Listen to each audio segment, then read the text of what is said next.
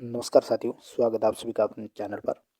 रीट 2024-25 आपके सिलेबस में जो एक न्यू टॉपिक जोड़ा गया, नवीन शिक्षा नीति 2020 एनईपी 2020। ये हम इस टॉपिक को हम देख चुके हैं। नोट्स इस टॉपिक के वो प्ले लिस्ट में मौजूद है। रीट न्यू टॉपिक करके प्ले लिस्ट बनी हुई है, जिसमें हम आपके प्रमुख बाल कल्याणकारी योजनाएं और नवीन शिक्षा नीति 2020 ये दो टॉपिक अपलोड हो चुके हैं। आप वहाँ जरूर देखिएगा। आज इस क्लास में नवीन शिक्षा नीति जो 2020 है एनईपी, उसके बारे में एमसीक्यू देखेंगे। बहुत अच्छे से एमसीक्यू बने हुए हैं। आपको ये टॉपिक किस प्रकार आपका कवर हुआ या नहीं, तो ये एमसीक्यू जरूर देखिएगा। एनईपी से जुड़े हुए और राजस्थान जी के जो लेवल 1 वालों के लिए भी पर्यावरण अध्ययन में जोड़ा गया है, और रीट लेवल 2 वालों का तो है ही है टॉपिक, तो वो भी हम एमसीक्यू टॉपिक वाइज देखेंगे। नई सीरीज होगी शुरुआत, तो आप हमारे साथ जुड़े रहें। इस एमसीक्यू की आपको अपने टेलीग्राम चैनल पर आपको पीडीएफ मिल जाएगी, तो टेलीग्राम जरूर ज्वाइन भी करना साथ में। चलिए एमसीक्यू देख लेते हैं इस टॉपिक के। बहुत अच्छे से एमसीक्यू है तैयार किए हुए। पहला क्वेश्चन है, एनईपी जो नेशनल एजुकेशन पॉलिसी 2020 है वो किसने तैयार की? तो के कस्तूरीरंगन समिति ने यह तैयार की। फिर दूसरा क्वेश्चन है कि एनईपी 2020 के अध्यक्ष कौन है? डॉक्टर के कस्तूरीरंगन।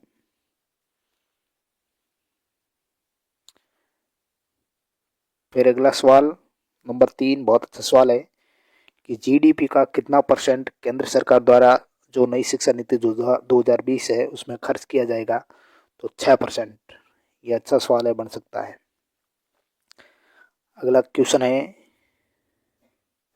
कि पाठ्यक्रम को छात्र के संज्ञानात्मक विकास के अनुसार 4 चरणों में विभाजित किया गया है, तो इसका सही अनुक्रम क्या है? सबसे पहला चरण है वो मूलभूत चरण है, फिर प्रारंभिक चरण, फिर मध्य चरण और अंत में माध्यमिक चरण। तो ये 4 चरण है संज्ञानात्मक विकास के अनुसार नई शिक्षा नीति में पाठ्यक्रम को विभाजित किया गया है।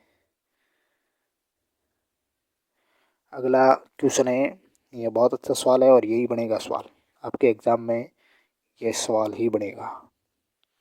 शिक्षा नीति 2020 में 10+2 10+2 जो शिक्षा का नया पैटर्न है वो क्या है? 5+3+3+4 ये नई शिक्षा नीति का पैटर्न है। नेक्स्ट क्वेश्चन है कि नई शिक्षा नीति 2020 में मानव संसाधन विकास मंत्रालय को क्या नाम दिया गया है? शिक्षा मंत्रालय बदल करके नाम कर दिया गया है। नेक्स्ट क्वेश्चन नंबर 7 है, बहुत अच्छा क्वेश्चन है कि नई शिक्षा नीति 2020 में पहले 5 जो साल है उनको कौन सी अवस्था कहा जाता है? फाउंडेशन स्टेज यानी नींव चरण कहा जाता है, फाउंडेशन स्टेज कहा जाता है। नेक्स्ट क्वेश्चन है कि नई शिक्षा नीति 2020 में कौशल विकास पाठ्यक्रम है वो किस वर्ग से शुरू होगा? तो कक्षा 6 से। ये भी वेरी इंपॉर्टेंट क्वेश्चन है। नेक्स्ट क्वेश्चन नंबर 9, नई शिक्षा नीति जो 2020 है उसमें एक छात्र को उसकी मातृभाषा में न्यूनतम कितनी कक्षा तक पढ़ाया जाना चाहिए? मातृभाषा है वो कक्षा 5 तक होनी चाहिए। क्षेत्रीय भाषा या मातृभाषा है तो कक्षा 5 तक होगी। एनईपी का फुल फॉर्म क्या है? ये भी सवाल बन सकता है। तो नेशनल एजुकेशन पॉलिसी। 11 क्वेश्चन है कि हाल ही में एनईपी को कब संशोधित किया गया था? 2020 में। 34 वर्षों बाद ये नई शिक्षा नीति आई है। 1986 में आई थी, उसके बाद ये 2020 में आई।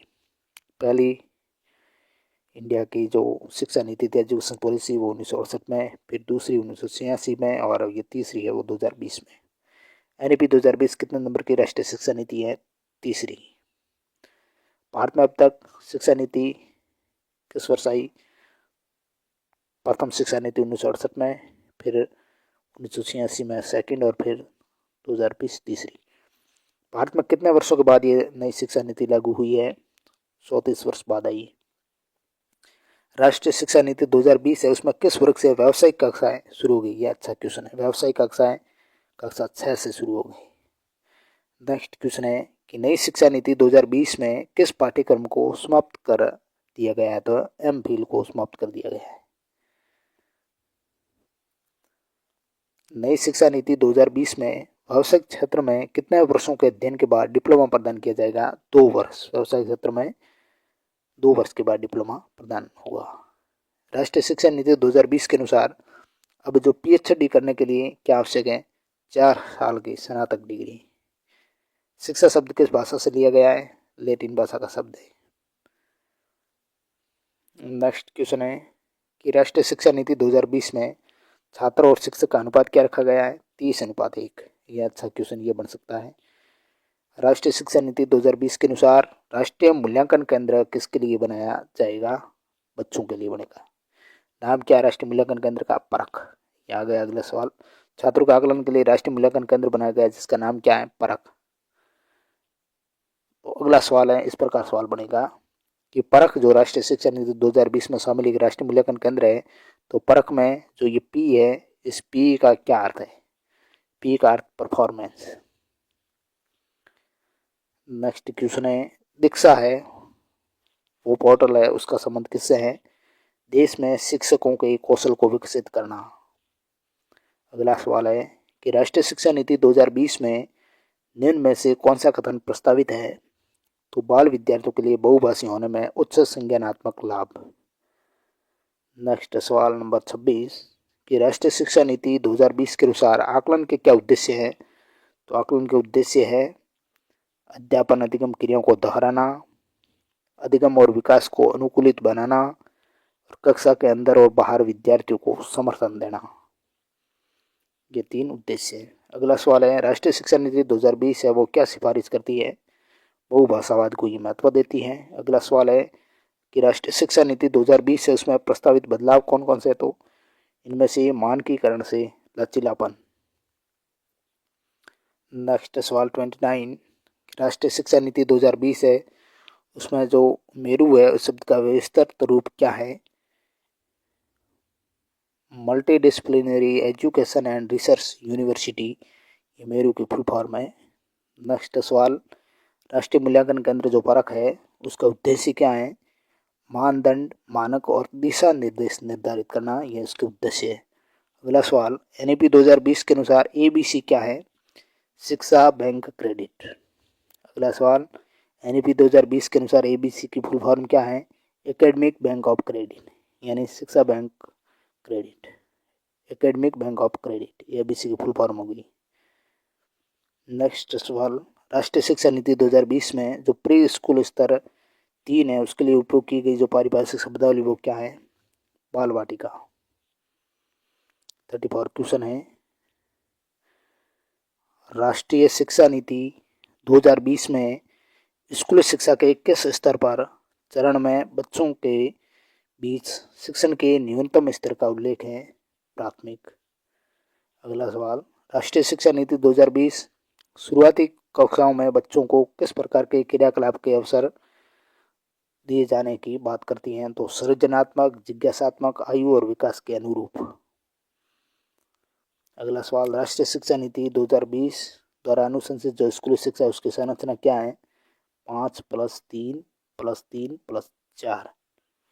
अगला सवाल, सामाजिक आर्थिक रूप से जो वंचित समूह है उनके छात्रों का अवधारण सुनिश्चित करने के लिए राष्ट्रीय शिक्षा नीति 2020 प्रस्तावित करता है कि पाठ्यचर्या और शिक्षा शास्त्र संलग्न और संदर्भित हो।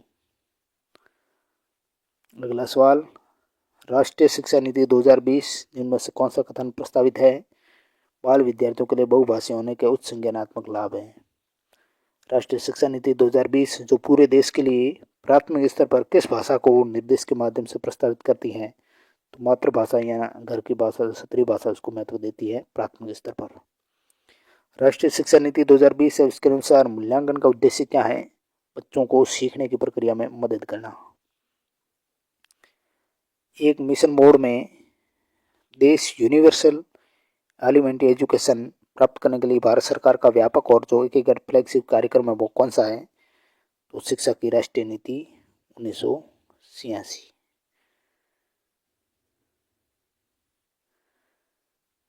नेक्स्ट सवाल,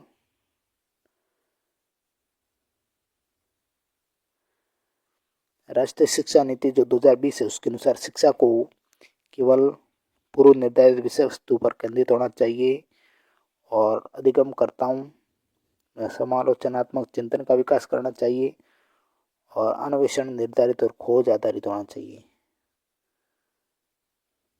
तो इस पर होना चाहिए, यानी फर्स्ट, थर्ड और फोर्थ ये सही है। राष्ट्रीय शिक्षा नीति 2020 में प्रस्तावित बदलाव मानकीकरण से लचीलापन। राष्ट्रीय शिक्षा नीति 2020 बहुभाषीयता को कक्षा में पूंजी के रूप में देखेगी।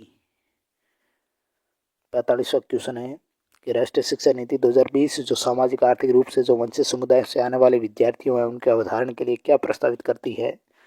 संदर्भित व अर्थपूर्ण पाठ्यचर्या को। राष्ट्रीय शिक्षा नीति 2020 में प्रस्तावित समग्र 360 डिग्री बहुआयामी उन्नति पत्र को क्या दर्शाना चाहिए? विद्यार्थी के संज्ञानात्मक, भावात्मक और मनोगत्यात्मक आयामों में प्रगति को। राष्ट्रीय शिक्षा नीति 2020 के अनुसार प्रयोग को प्रोत्साहित करने के लिए करना चाहिए अनुभव जनित अधिगम और समालोचनात्मक चिंतन को। अगला सवाल है, दिव्यांग छात्रों की शिक्षा के संदर्भ में जिनमें से किस प्रावधान को राष्ट्रीय शिक्षा नीति 2020 द्वारा बढ़ावा नहीं दिया गया है?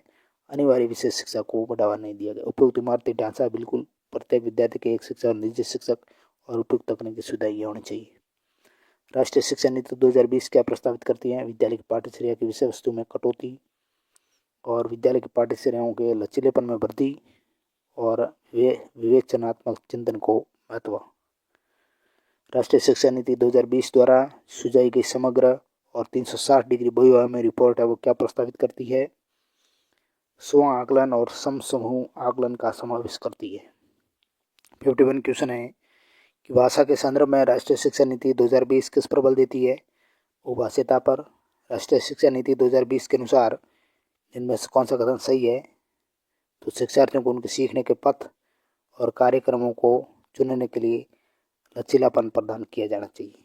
अगला सवाल है, राष्ट्रीय शिक्षा नीति 2020 किस पर बल देती है? लचीला बहुस्तरीय गति आधारित अधिगम को। नेक्स्ट क्वेश्चन है, राष्ट्रीय शिक्षा नीति 2020 के अनुसार मूल्यांकन का उद्देश्य किसकी जानकारी देना है? तो विद्यार्थियों को कक्षा में और कक्षा के बाहर कैसे सहायता दी जा सकती है इसके बारे में। राष्ट्रीय शिक्षा नीति 2020 के अनुसार शिक्षा को किस पर बल देना चाहिए? संकल्पनात्मक समझ पर। अगला सवाल, आकलन के संदर्भ में जो एनईपी 2020 है वो क्या प्रस्तावित करती है? वो करती है विश्लेषण और आलोचनात्मक सोच जैसे उच्च क्रम के कौशल का परीक्षण और आकलन के योगात्मक तरीके। अगला सवाल, राष्ट्रीय शिक्षा नीति 2020 किसके और बदलाव का प्रस्ताव रखती है? ये सीखना कि कैसे सीखना है इस पर। अगला सवाल, एनईपी 2020 में आकलन के संदर्भ में विद्यार्थियों के लिए किस प्रकार का प्रगति पत्र प्रस्तावित किया गया है? 360 डिग्री बहुआयामी प्रगति पत्र। राष्ट्रीय शिक्षा नीति 2020 के अनुसार विद्यार्थियों के किन आयामों की प्रगति और अद्वितीयता को शामिल करना चाहिए? तो संज्ञानात्मक, भावात्मक और मनोगत्यात्मक। हेतल है घर में गुजराती बोलती है और इस भाषा को पढ़ने और लिखने में उसका प्रवाह है। उसके विद्यालय में निर्देश का माध्यम हिंदी है, वह ये भाषा नहीं जानती है। राष्ट्रीय शिक्षा नीति 2020 के अनुसार इस स्थिति में विद्यालय को क्या करना चाहिए? बहुत अच्छा सवाल है। तो बहुभाषावाद की संस्कृति सर्जित करने के लिए सभी बच्चों को एक दूसरे की मातृभाषा का सम्मान करने के लिए कहना चाहिए। राष्ट्रीय शिक्षा नीति 2020 सुझाती है कि कक्षा अधिगम को पाठ्य पुस्तकों तक सीमित करने के बजाय अधिगम और शिक्षा खोजबीन और समालोचनात्मक चिंतन के विकास पर केंद्रित होनी चाहिए। बहुत अच्छा सवाल। अगला सवाल है कि राष्ट्रीय शिक्षा नीति 2020 किस पर बल देती है? संप्रति समझ पर। राष्ट्रीय शिक्षा नीति बच्चों के मूल्यांकन के लिए और उनके समावेश को प्रस्तुत करती है, समूहकारी समाकलन के समावेश को। राष्ट्रीय शिक्षा नीति 2020 में निम्न में से कौन सा प्रावधान नहीं सुझाया गया है? बच्चों में अनुपालन को बढ़ावा देने के लिए अध्यापक को इनाम और दंड का इस्तेमाल करना चाहिए, ये प्रावधान नहीं है। बाकी प्रत्येक विद्यार्थी की विशिष्ट क्षमताओं को पहचानना और बढ़ावा देना महत्वपूर्ण है, ये प्रावधान है। रट्टा मारकर सीखने और परीक्षाओं के लिए सीखने के बजाय संप्रत्यात्मक समझ पर बल देना चाहिए, बिल्कुल प्रावधान है। सृजनात्मकता पर पर्याप्त ध्यान देना चाहिए और तार्किक निर्णय करने और नवाचारिता के प्रोत्साहित करने के लिए विवेचनात्मक चिंतन को बढ़ावा देना। अगला सवाल, राष्ट्रीय शिक्षा नीति 2020 किस पर जोर देती है? पाठ्यचर्या के लचीलेपन पर। राष्ट्रीय शिक्षा नीति 2020 के अनुसार विद्यार्थियों का जो रिपोर्ट कार्ड है वो अभिभावकों को दिया जाएगा, वह विद्यार्थी की प्रगति व विशेषता को प्रतिबिंब करें। बहुत अच्छा ये सवाल है। नेक्स्ट क्वेश्चन है, राष्ट्रीय शिक्षा नीति 2020 शास्त्रीय भाषाओं के अध्ययन की सिफारिश के रूप में करती है एक अतिरिक्त विकल्प को। राष्ट्रीय शिक्षा नीति ये प्रस्ताव रखती है कि प्राथमिक कक्षाओं के बच्चों को उनके घर की या स्थानीय भाषा में पढ़ाया जाना चाहिए। राष्ट्रीय शिक्षा नीति 2020 के अनुसार आकलन के लिए जो अंतर्निहित सिद्धांत है वो क्या होना चाहिए? सभी विद्यार्थियों के लिए उनका सीखने और विकास का अनुकूलन करना। अगला सवाल है, भारतीय संसद ने दिव्यांग व्यक्तियों के लिए निम्न में से कौन सा कानून हाल ही में पारित किया गया है? निःशक्त व्यक्ति यानी समान अवसर, अधिकार संरक्षण और पूर्ण भागीदारी अधिनियम को। राष्ट्रीय शिक्षा नीति 2020 में जो प्रस्तावित कथन है उनमें से कौन सा कथन सही नहीं है? ऑप्शन बी, एनईपी 2020 रचनात्मक मूल्यांकन से योगात्मक मूल्यांकन की ओर परिवर्तन का प्रस्ताव रखती है, यह सही नहीं है। नेक्स्ट क्वेश्चन है 72, बहुत अच्छा सवाल। राष्ट्रीय शिक्षा नीति 2020 के अनुसार अधिगम होना चाहिए प्रयोगात्मक यानी करके सीखने पर होना चाहिए। राष्ट्रीय शिक्षा नीति 2020 के अनुसार विद्यालयों में मूल्यांकन का अभिरूप होना किस प्रकार होना चाहिए? योगात्मक और रचनात्मक दोनों। निम्न में से कौन सी शिक्षा शास्त्रीय रणनीति राष्ट्रीय शिक्षा नीति 2020 द्वारा प्रस्तावित है? तो अन्वेषण आधारित अधिगम, कथा और वाचन पर आधारित शिक्षा शास्त्र और चर्चा आधारित कक्षाएं। 75वां क्वेश्चन, राष्ट्रीय शिक्षा नीति 2020 में विद्यार्थियों के आकलन हेतु जो प्रस्तावित समग्र 360 डिग्री बहुआयामी रिपोर्ट है उसके संदर्भ में कौन सा कथन सही नहीं है? रिपोर्ट केवल व्यक्तिगत कार्यों पर केंद्रित होगी और सामूहिक कार्यों को शामिल नहीं करेगी, ये शामिल नहीं है। रिपोर्ट में स्वयं का और सहपाठियों का आकलन सम्मिलित होगा। रिपोर्ट में विद्यार्थी के संज्ञानात्मक, भावात्मक और मनोगतात्मक आयामों की प्रगति भी शामिल होगी। रिपोर्ट घर और विद्यालय के मध्य एक महत्वपूर्ण संबंध बनाएगी, बिल्कुल ये सत्य कथन है। अगला सवाल है, राष्ट्रीय शिक्षा नीति 2020 प्रस्तावित करते हैं कि शिक्षा होनी चाहिए अन्वेषण प्रेरित और खोज उन्मुखी।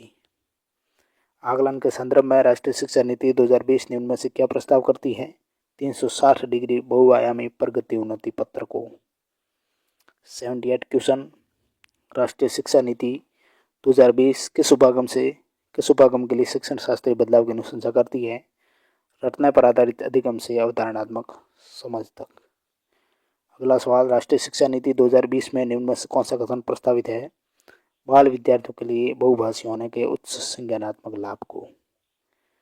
80वां क्वेश्चन, राष्ट्रीय शिक्षा नीति 2020 जो पूरे देश के लिए प्राथमिक स्तर पर किस भाषा को निर्देश के माध्यम से प्रस्तावित करती है? तो मातृभाषा या घर की भाषा को। तो ये थे 80 क्वेश्चन एनईपी 2020 से जुड़े हुए। हमने ऊपर इसके सब कुछ एक्सप्लेन सही था। 80 के आसपास एमसीक्यू भी देख लिए और ये टॉपिक संपूर्ण कवर हो गया आपका। इसके बारे एक क्वेश्चन नहीं जाएगा, इसको आप रट डालो। ये पीडीएफ आपको टेलीग्राम पर मिल जाएगी। मैं नीचे डिस्क्रिप्शन में टेलीग्राम का लिंक दे दूंगा, वहाँ जाकर आप जरूर जुड़िएगा। चलिए नेक्स्ट है राजस्थान जीके के एमसीक्यू होंगे topic wise. Thank you very much.